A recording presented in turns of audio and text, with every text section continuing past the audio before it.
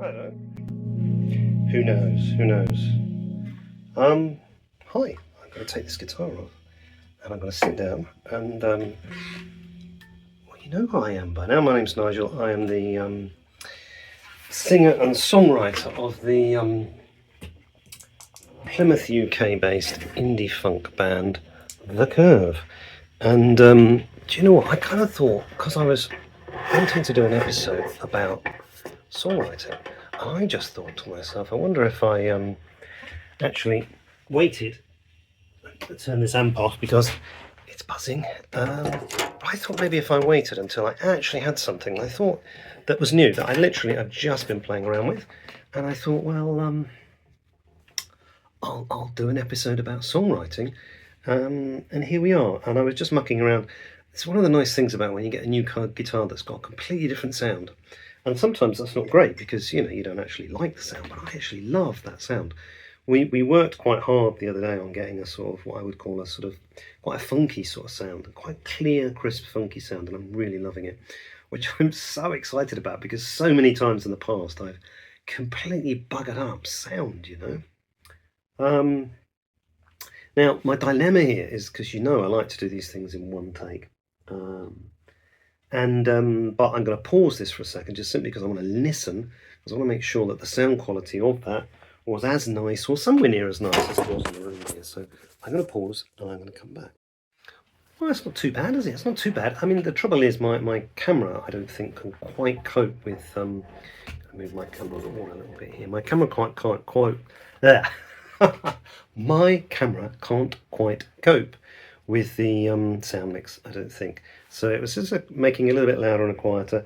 And I look tired, actually. I feel tired. I've been... it's really hot.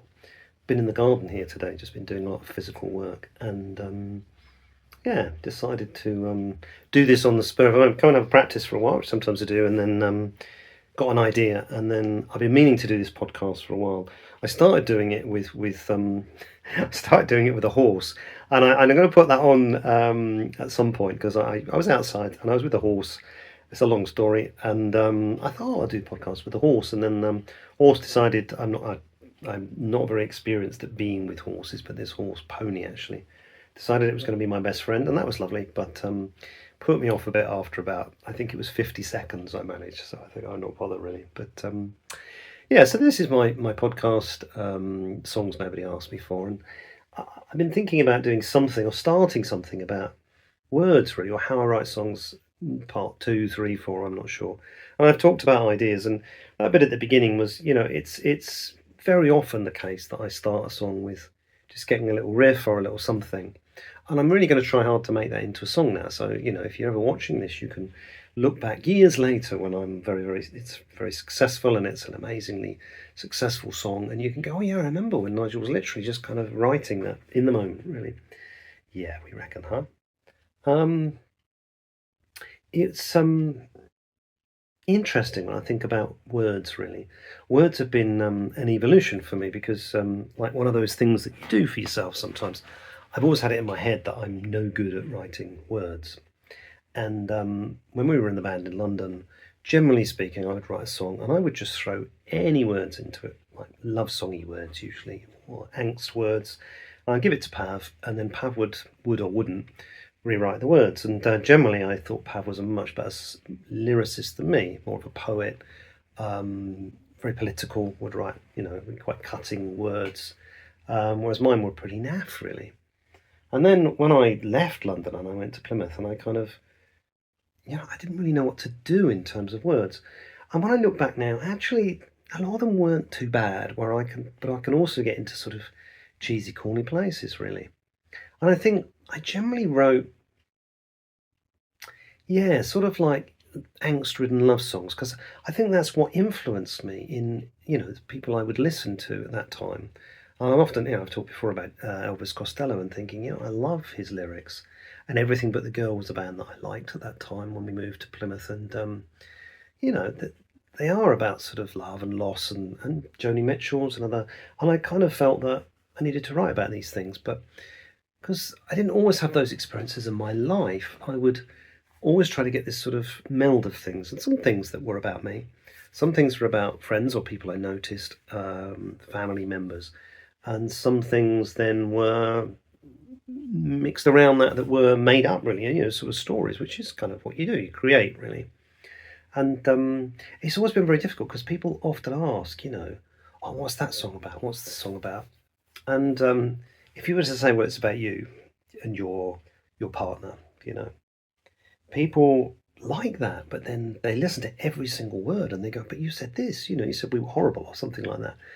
And I don't know, I think this is how other songwriters would write too, but my lyrics are an amalgam, I think, an amalgam of things that might be true and real, things that are insights into me, maybe deep insights into me, little insights, and then things that have a narrative or a theme around a particular thing. I've written a song recently which is about, it's called Everything Is Fine, and it's about kind of open relationships. Now, I've never been in an open relationship. I'm a therapist. I've met people in open relationships. And for some people they work really well, and for some people they're torturous. And I remember a couple I knew sort of secondhand, really. And I'm going back a long time, maybe 20, 30 years. Where one of them was more into it than the other, and encouraging them all the time. And, and of course, what happens is the one that's really into it feels comfortable with it. Or the other person sort of tries it all in the end because they feel they have to. And then the one who's really into it ends up meeting somebody else, falling in love, and kind of dumping their partner. They've been together a really long time. And before one of them wanted to do this open thing and the other one. And so I suppose that's the thing. Sometimes something sits in my head and I want to write about that. But it isn't about them. It is about them, and they're the inspiration of it. But I haven't sort of done a narrative of everything I know that they did and things. So it starts off with the idea. First of all, I've mixed up genders. So I've kind of suggested that the person is not only having an open relationship, but is interested in men, women, people who recognise themselves as non-binary, anything really. So in the first verse, the denial of the person is, look, I was only dancing with her. The second verse is, I was only sleeping with him. The third verse is, I'm so in love with them. I thought that was clever of myself and fancy, but, I don't know what their sex life was like. I never saw them at a nightclub dancing where one of them was watching the other and looking dishevelled and kind of obviously doing a bit more than dancing. But it's an inspiration. It's an inspiration for words and lyrics. And I'm really happy with it. And often I'm happy with lyrics these days, but they're never this strong, solid narrative. And people ask me sometimes, I've had people say, oh, write me a song about me. And I think, well, I could, but, you probably wouldn't like it, I'm stumped more these days because I feel I should write about other things. And sometimes I do, but I'd like to write about other things. So there's a couple of songs I've written about aging.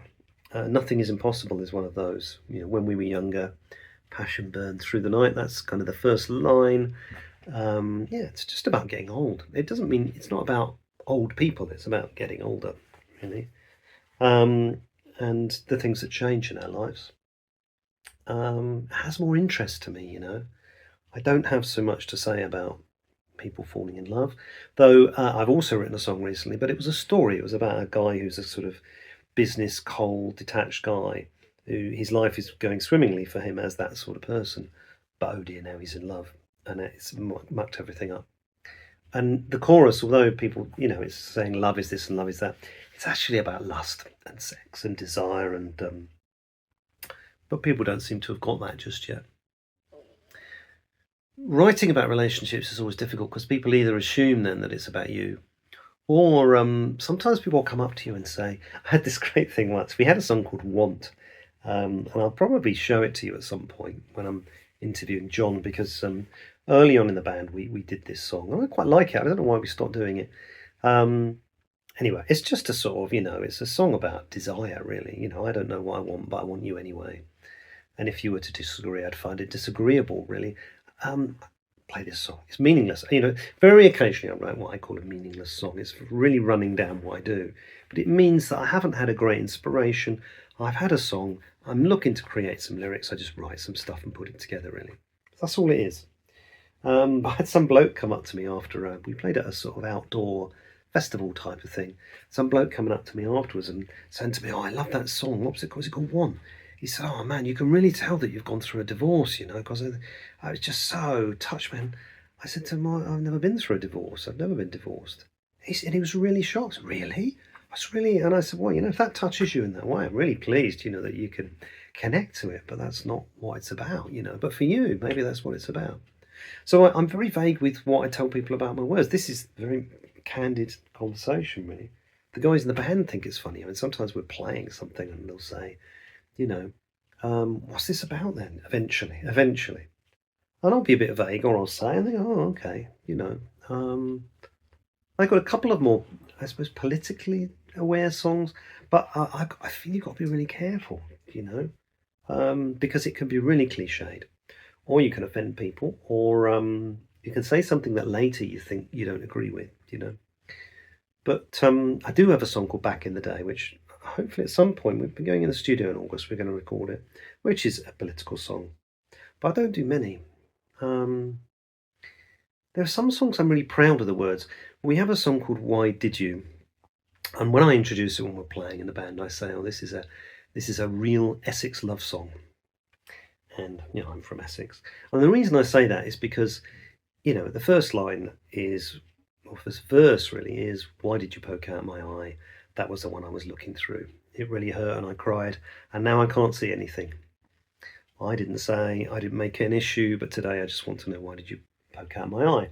Second verse, "Why did you tell me I'm bad?" Third verse is, "Why did you promise the moon?"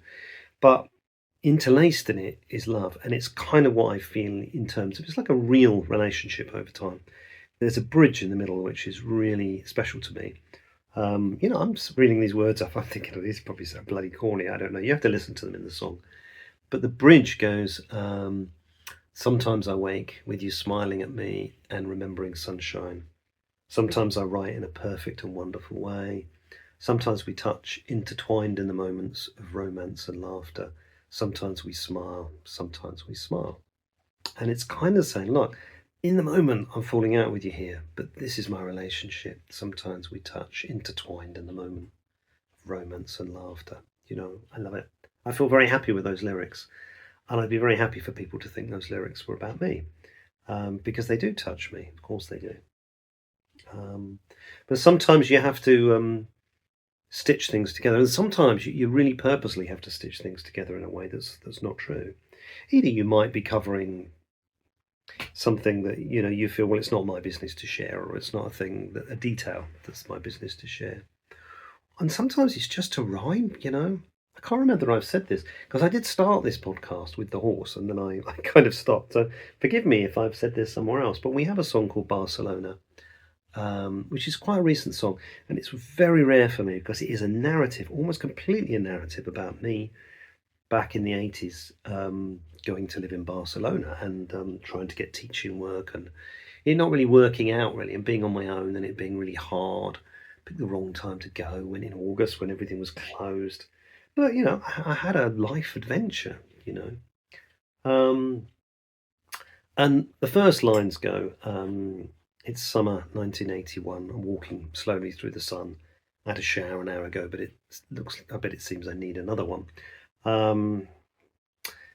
I didn't go in 1991. It's a very literal thing that I've changed. I didn't go in 1991.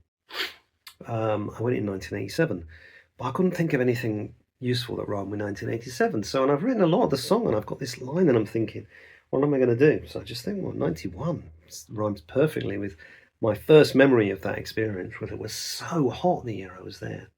And I would have a shower, and then I would walk to where I was doing a little bit of teaching. And by the time I got there, I was drenched, even if I was walking slowly.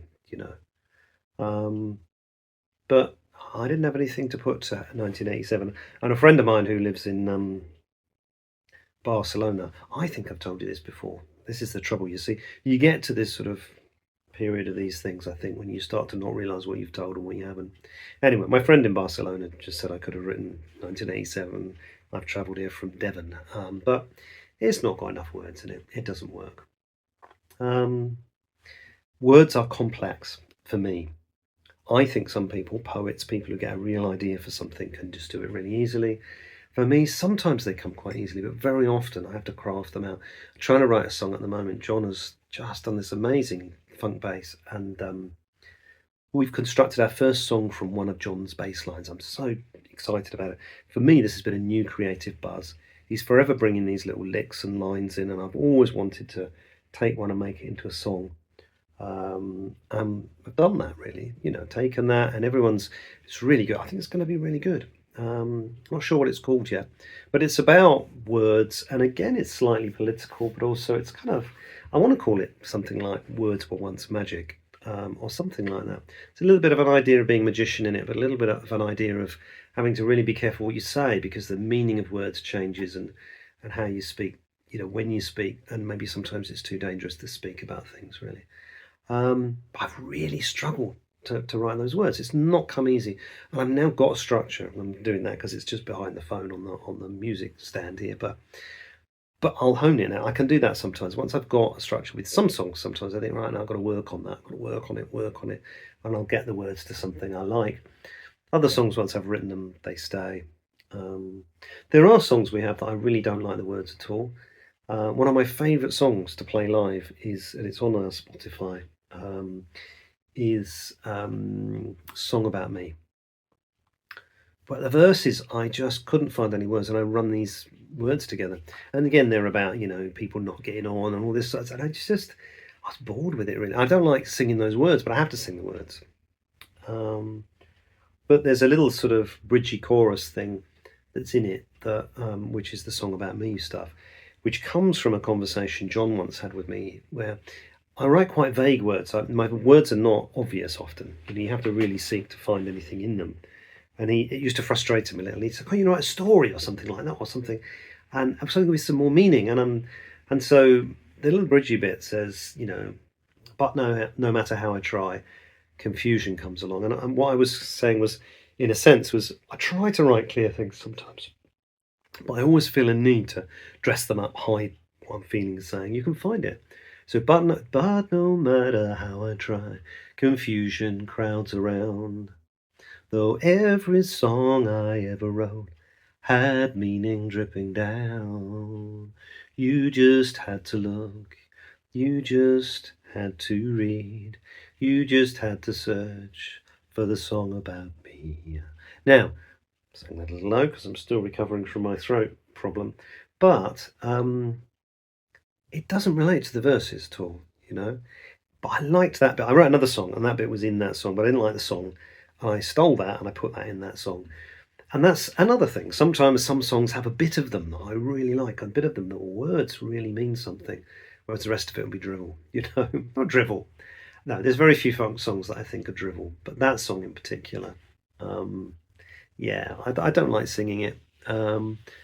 But, we do, because it's a great live song. I love playing it live. I just wish I'd written different words. And then I think, well, I could change the words. But once you've learned the words of a song that you've written, it's very hard to change them altogether. Yeah. I don't know. Have I said anything about anything here? It's a struggle. It's hard work writing words for me. And I try not to be too corny, though possibly I'm sure I will be sometimes. I try to be vague because I like the idea of you having to work a little bit on what a song might mean, or what I'm trying to say in something. It feels important sometimes that people have to do that. I like to write a love song, sometimes to say, but I struggle with them. I write about, my kids when I'm worried about them. I write about people I've seen in relationships, things that haven't worked out, and more about meaning, Mr. Universe, we've got an EP called Mr. Universe. That's all about young men and depression, really, and holding everything together and not sharing things, because that's what a lot of young men think they need to do, be big and strong. Really proud of that song. I love it. But yeah, some I like, some I don't. Well, I probably ought to go and I got to cut my grass. It's really kind of, how's that for suburban life, hey? Country life, actually. But I've enjoyed talking to you about this. My name's Nigel. I am the singer and songwriter of the Plymouth, UK-based indie funk band The Curve. Do follow us or subscribe to this podcast, and thank you for coming, and see you again soon. Sometimes I wait with you smiling at me.